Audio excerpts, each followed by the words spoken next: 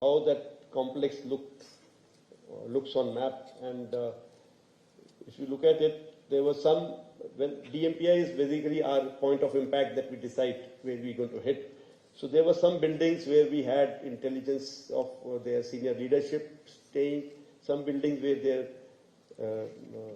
other people stay, and of course the main Marcus building where the congregations used to take place and all the training used to take place. So these points were decided, and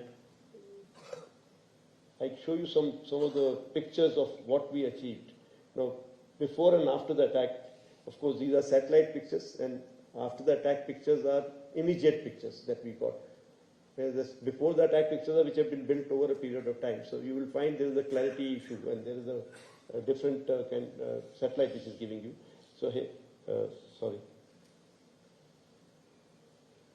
So here you can see the damage, which is of course not coming out very clear in this, but other pictures.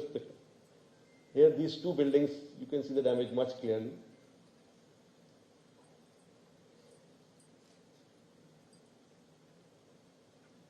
Again, another big set of buildings, and you see the damage that is coming out.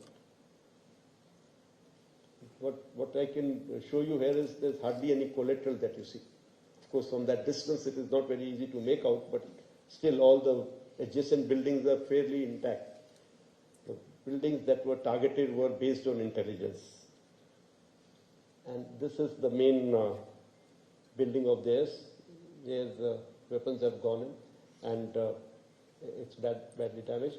Now, one thing which was good this time was that not only did we have these satellite pictures, we also had a lot of input from the locals media, which was giving us the inside pictures, because these were areas which were open to public kind of areas also. So there were a lot of people who were going in and out. So on the net, we could get pictures like this and videos like this. This is the same building that I just showed you. So look at the damage that has been caused inside. It's all on the open net available. So I've also picked up from there.